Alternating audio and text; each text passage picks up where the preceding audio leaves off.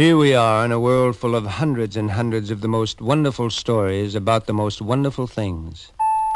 Here are stories by Hans Christian Andersen, who was one of the greatest storytellers that ever lived.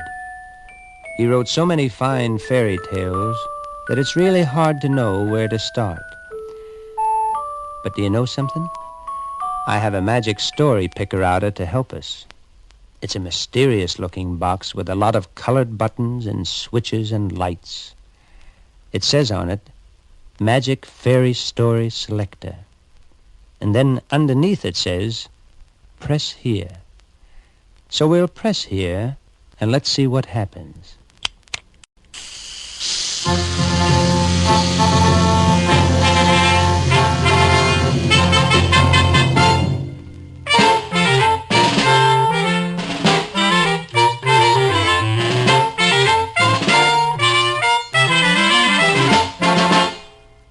There was once a young prince who thought the time had come for him to be married.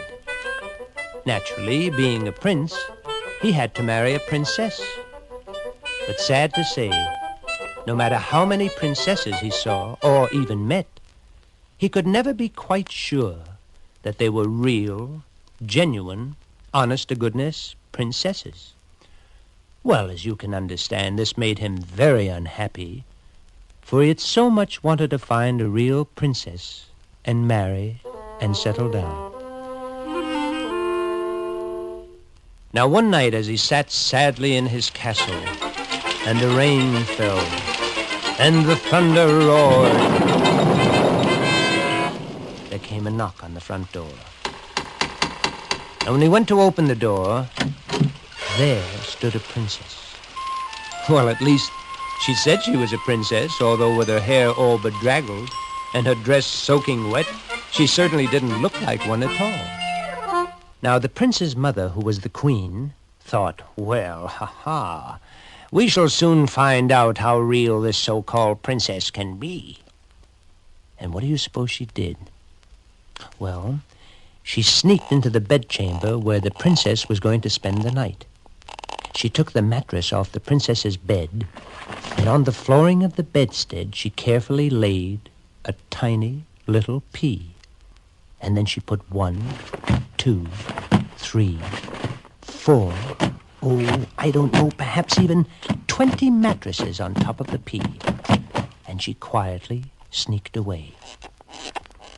And now the princess, ready for her night's sleep, was shown to her bedchamber. Of course, she didn't know anything about what the queen had done.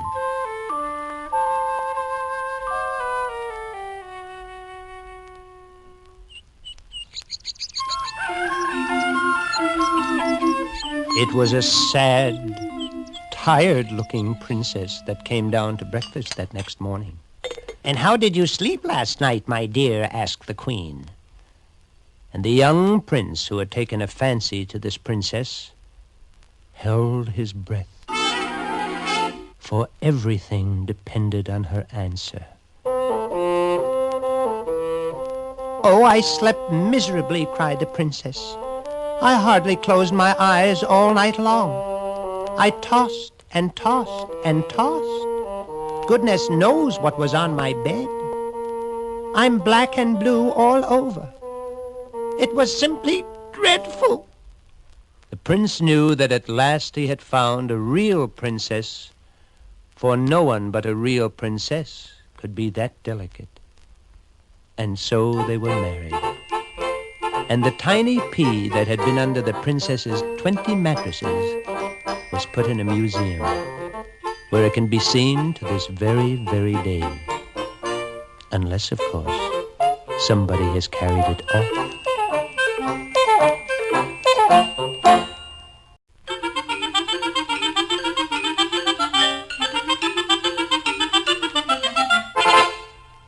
This story begins in a chicken house far on the other side of town. The sun had set and all the chickens were jumping up onto their roosts to go to bed for the night. Now among them there was a certain plump little white hen who always laid her proper number of eggs and was respectable in every way. And it so happened, as she leaped up to her roost that she accidentally pecked herself with her beak, and a tiny little feather fell out.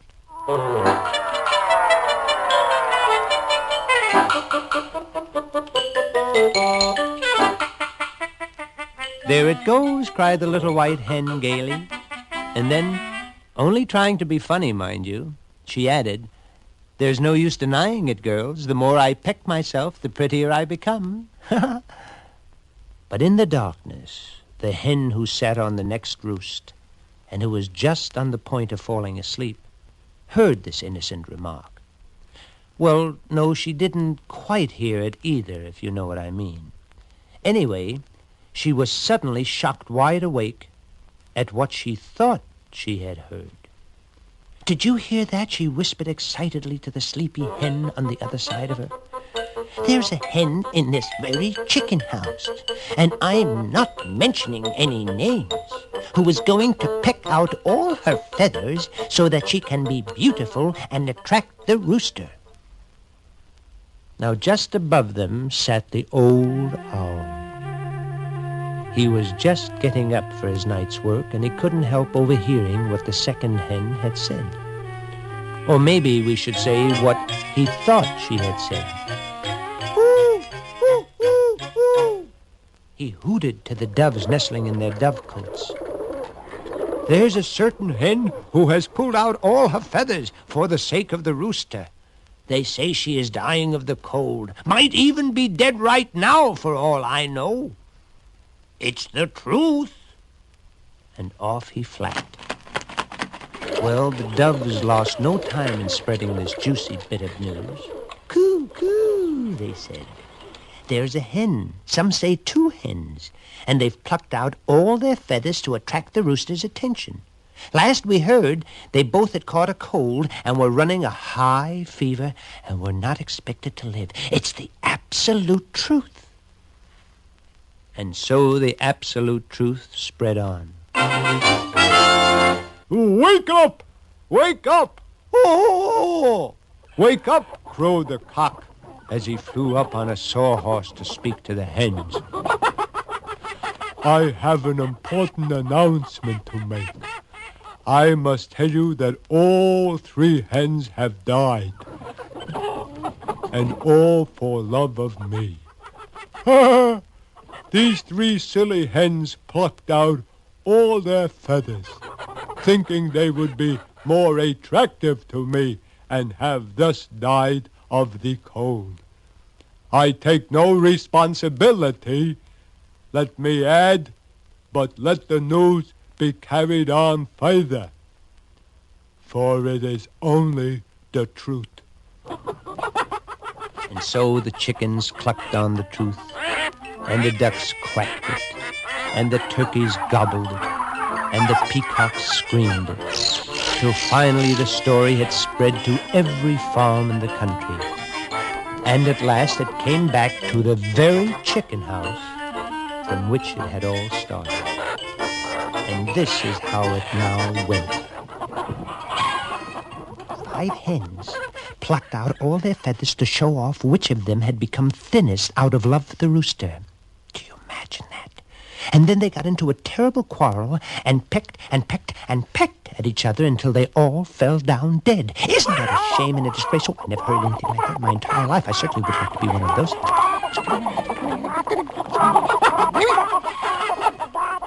The jolly little hen who had lost the feather and in the first place and made the funny remark which had been the start of the whole thing didn't even recognize the story at all. She was just as shocked as everyone else. "A story like that should not be hushed up," said she indignantly. "You must remember that she was a very respectable hen. What those wicked hens did should be printed in the newspapers as a lesson to all."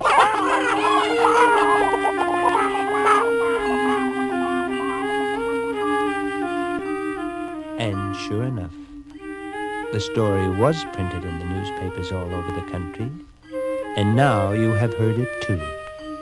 And remember, it's perfectly true. One little feather can easily become 5 hens.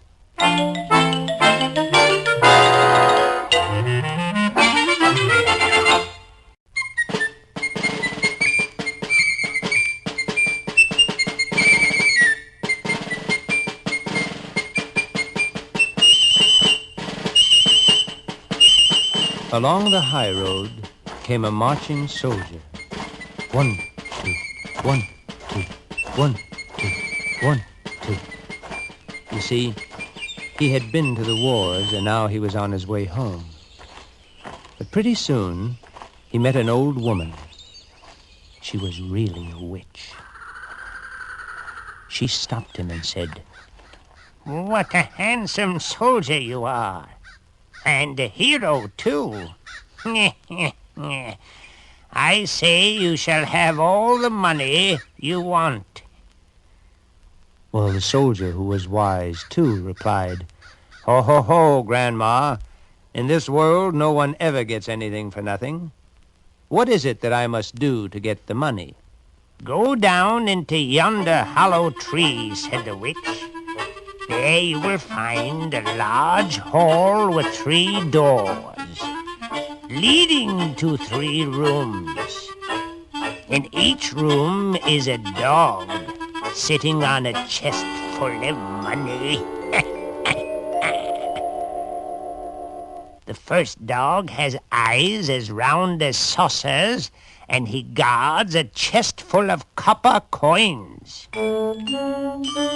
The second dog has eyes as large and round as millstones, and he sits on a chest full of silver. And the third dog's eyes are as big around as 2 towers, and he guards a chest of gold."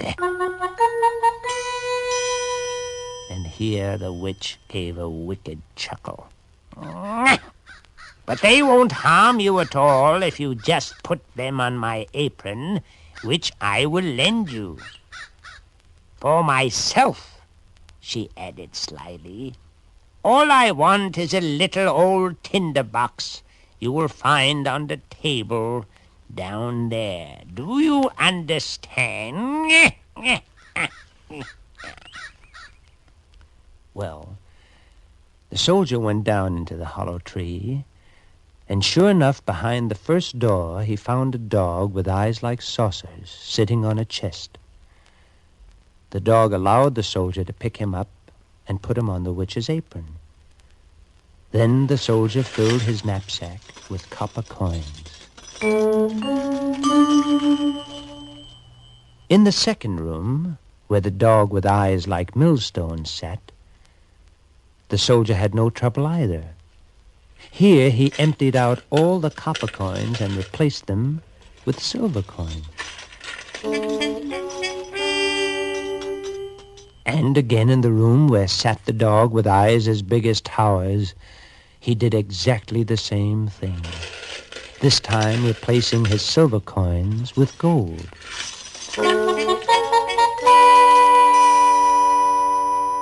When the soldier finally returned to where the witch awaited him, she asked immediately for the tinderbox, whereupon the soldier drew his sword as though to cut her to ribbons, and the old hag gave a frightened screech and ran away. The soldier shrugged, put the tinderbox in his only empty pocket, and marched on to the nearest city.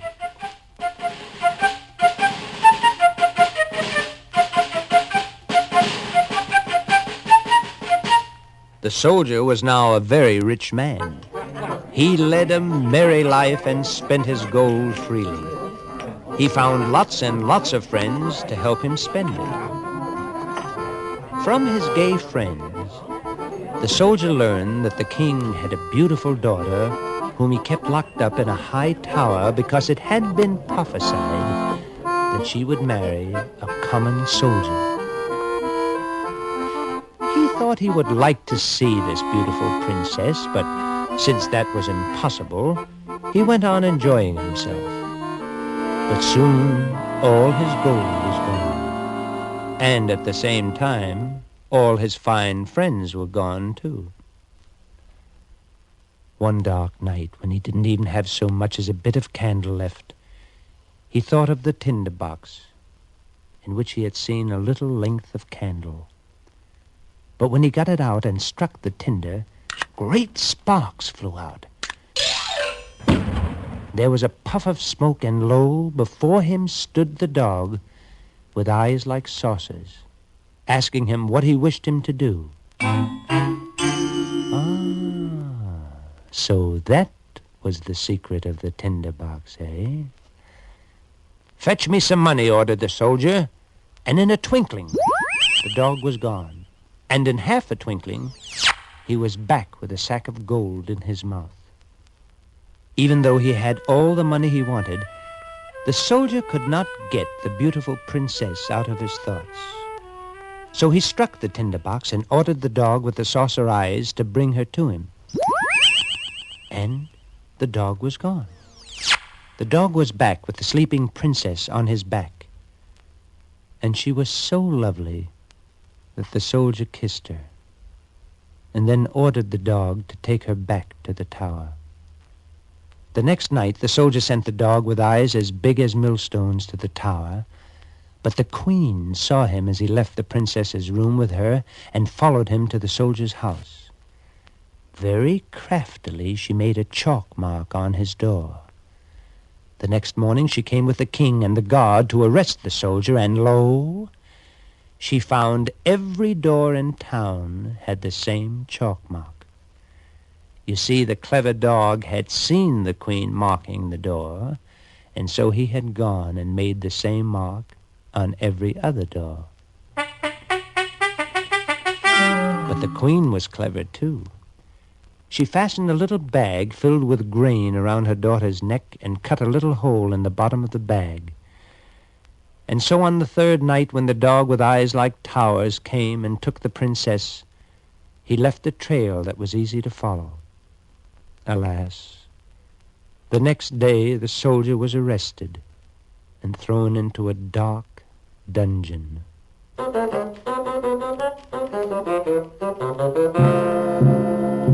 Finally, the day came when he was to be hanged, and as he sat gloomily on his cot, a slipper flew through the bars of his window and landed on the floor. Soon a little boy's head appeared at the window. "I ran so fast to get to the gallows square on time that I have lost my slipper," he said.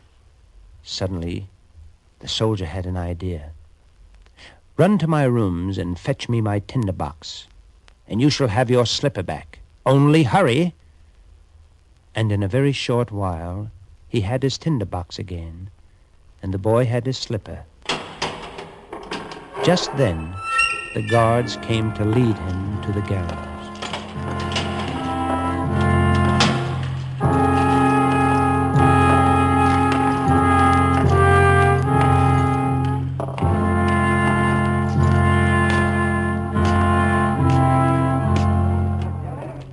When the soldier stood with a rope around his neck, he asked to have a last smoke of his pipe. This request was granted, and he struck his tinderbox. 1, 2, 3. The 3 dogs appeared, and at the soldier's orders began to toss everybody right and left. And so the soldier was free.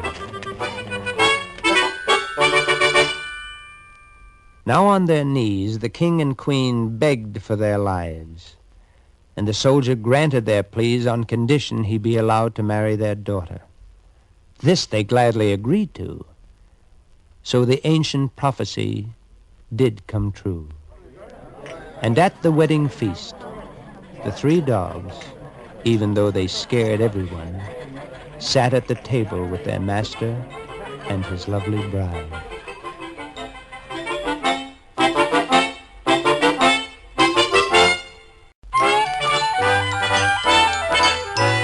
It was New Year's Eve, and although it was terribly cold and the snow fell and the wind howled, people hurried happily along the dark street on their way home to the fine dinners of roast goose and all the other wonderful things to eat.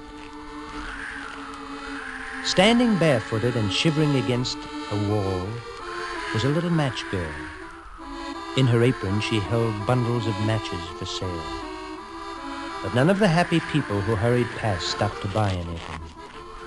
She hadn't sold a single package of matches all day long. How cold her hands felt. If only she dared to take one of the matches from a bundle and rub it against the wall and warm her hands at the flame. Oh, how good that would feel. Before she knew it, she had slipped out a match and rubbed it against the wall.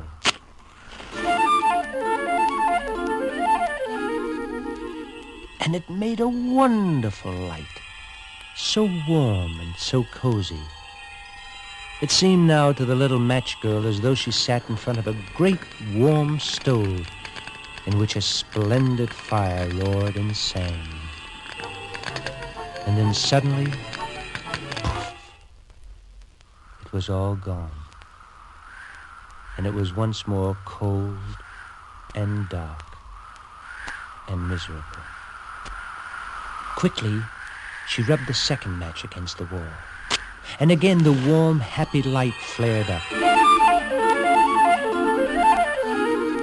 But this time, the wall behind her seemed to melt away, and she could look into the room beyond it. And the room was set for a gorgeous New Year's feast, with a big roast goose on the table, and piles of fresh baked bread and pies and cakes. It was so warm and smelled so good when, poof, out went the match. And once again, the splendid vision vanished.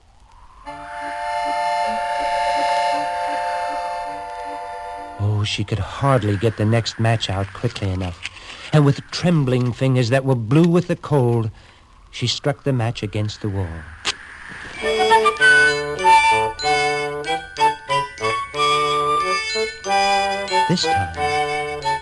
This time she was sitting under a great, beautiful Christmas tree, glowing with lights and shining ornaments. Oh, it was breathtaking.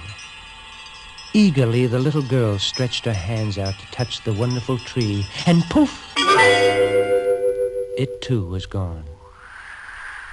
All that was left was the wind and the snow and the awful cold, which seemed colder now than ever. She dared not waste another match, and yet, what could she do? Just one more, that would be all. Just one more, she promised herself. Went the match, and it became bright again. And in all the brightness, her dear, dead grandmother stood clear and shining, mild and lovely. "Grandmother," cried the child, "oh, take me with you. I know you will go when the match burns out. You will vanish like the warm fire and the warm food and the great glorious Christmas tree." And she quickly rubbed the whole bundle of matches because she wanted her grandmother to stay. The matches burned with such a glow that it was brighter than the middle of the day, and the grandmother took the little match girl in her arms, and both flew in brightness and joy above the earth, very, very high, up to where there was neither hunger nor cold. They were in heaven. And when the frozen little match girl was found the next morning, no one knew or could even imagine what a beautiful thing she had seen, and to what a glorious new home she had gone with her grandmother on that New Year's Eve.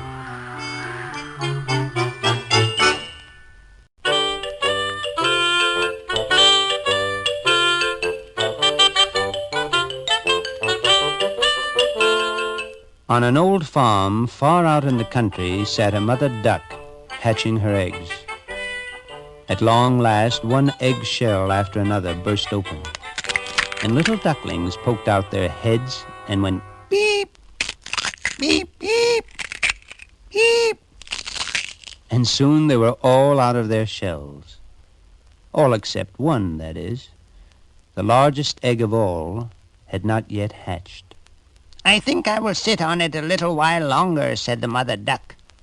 I've sat so long now that I can sit a few days more.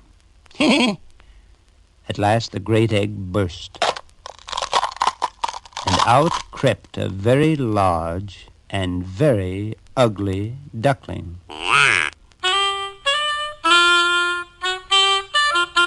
It's enormous to be sure, quacked Mother Duck. But thank goodness none of the others look like that. And soon the poor creature became the butt of the whole farmyard. Everyone pecked at him and chased him and did all sorts of things to him. The chickens beat him, and even the farmhand kicked at him.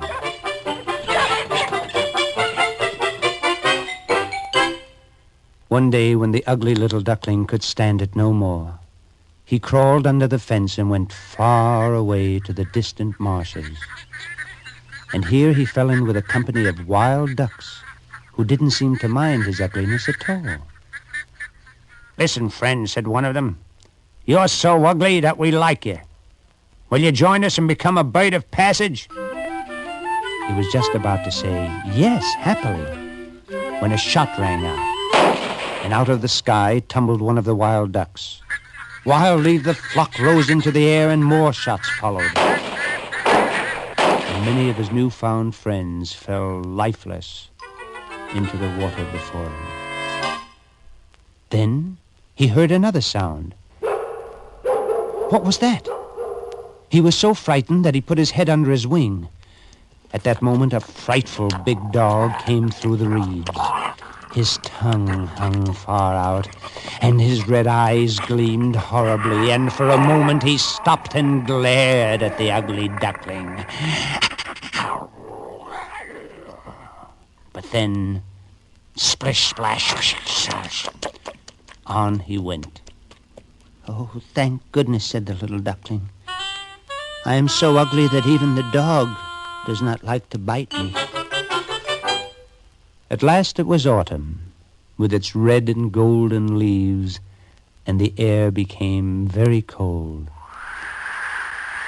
And then came the cold, bleak winter. It would be just too sad to tell you of all the suffering and misery which the little duckling endured during that time. It was really a miracle that he survived at all. When spring came, there was another miracle. He found that he could fly. For with the passage of time, he had grown to be a mature bird. So he rose into the skies and flew far away. He soon found himself over a lonely garden with a shining blue lake. And below him all the trees were putting on their spring finery. It was breathtakingly beautiful. But what really thrilled him was the sight of 3 glorious white swans swimming in the lake. I will fly down to them, to the royal birds, he thought. Yes, even though they beat me because I am so ugly. Better to be killed by them than to be pursued and tormented by ducks and beaten by chickens.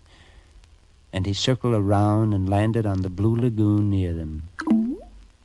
He swam up humbly to the beautiful birds and spread his wings before them and bent his head down to the water so that they could more easily kill him if they wished. But what he saw reflected in the water was his own image. And lo and behold, no longer was he a clumsy, dark gray bird, ugly and hateful to look at. He was a swan, a beautiful snow-white swan.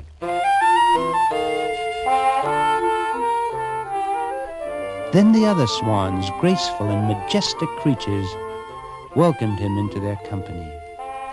And later into the garden came some little children, one of whom cried, "Look, a new one has arrived, and he is the youngest and handsomest of all." And all the old swans all bowed their heads before him. From the very depths of his heart, this new prince of swans cried, "I never dreamed when I was an ugly duckling that I could grow up to be a beautiful swan." There were once 25 tin soldiers. All 25 wore smart red uniforms and each had a proper military figure, complete in every detail except for one of them. Through some mistake, he had been made with only one leg. However, he could stand just as well on his one leg as the others could on their 2 legs. There came a day when the tin soldiers were sold from the toy shop. And the first thing they heard in their new world when the lid was taken off their box was a little boy clapping his hands and crying, "Soldiers! I've got tin soldiers for my birthday." And he lost not a minute in setting them up on the table.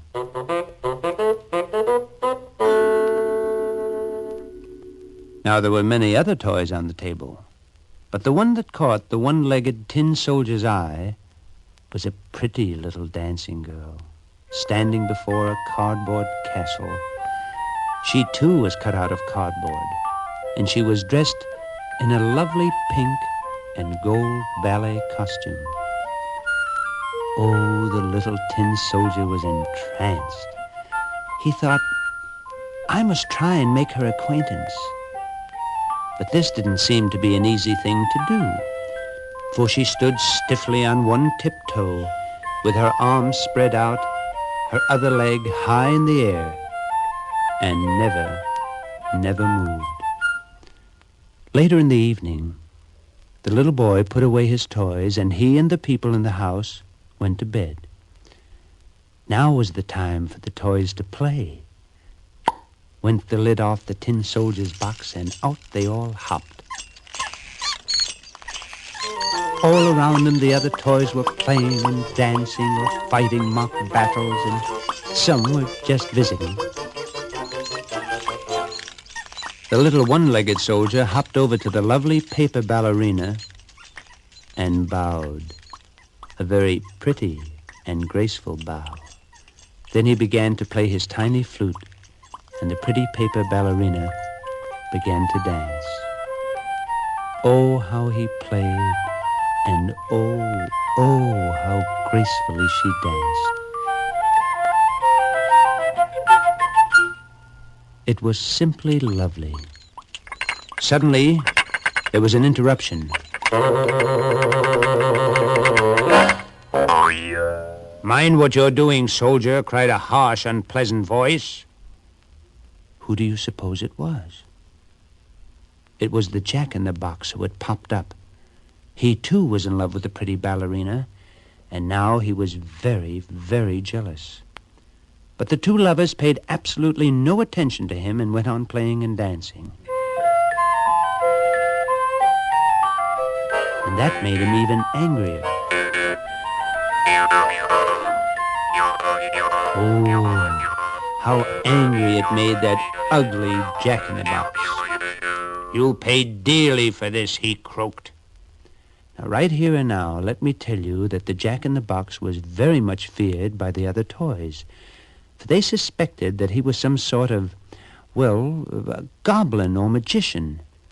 And perhaps that is why so many unfortunate things now began to happen to the little one-legged tin soldier. The very next day, while he was standing on the windowsill where the little boy had put him, a sudden gust of wind blew him over, and out of the window he went. Down he fell and landed on the cobblestones 3 stories below. There he lay while the rain came down in torrents, and thunder roared and lightning flashed. And soon the rainwater began to rush down the gutter in angry torrents. When the rain finally stopped, 2 small boys found the little tin soldier and put him in a little paper boat so that it would have a passenger as it raced rapidly down the flowing gutter. Alas, thought the poor tin soldier, now I will never see my pretty little ballerina again.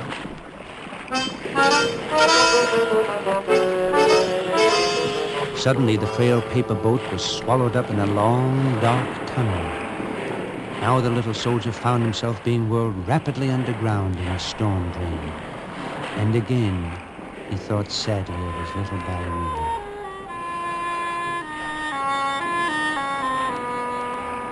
But after a long while, the paper boat emerged from the mouth of the sewer and went spinning across the sunlit waters of the sea. But alas, this was no better, for now a terrible thing happened to him. A large fish suddenly leaped up and swallowed both boat and soldier. And there he lay in the insides of a fish, and his predicament seemed hopeless indeed. "Goodbye, my pretty little ballerina. Goodbye," said he.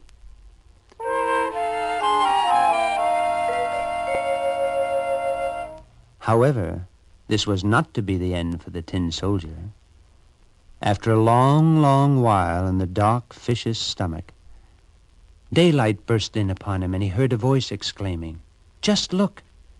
Here is the little tin soldier you lost. Here in the belly of this fish I bought at the market this morning." Yes, indeed. Fate is sometimes very strange. But if you think by this that the terrible curse of the evil Jack-in-the-Box was now removed, you are greatly mistaken. Sad to say, the little boy no longer loved the little tin soldier because, well, now his paint was chipped and tarnished, and so he threw him into the fireplace. And there the little soldier lay as the flames crackled and roared all around him.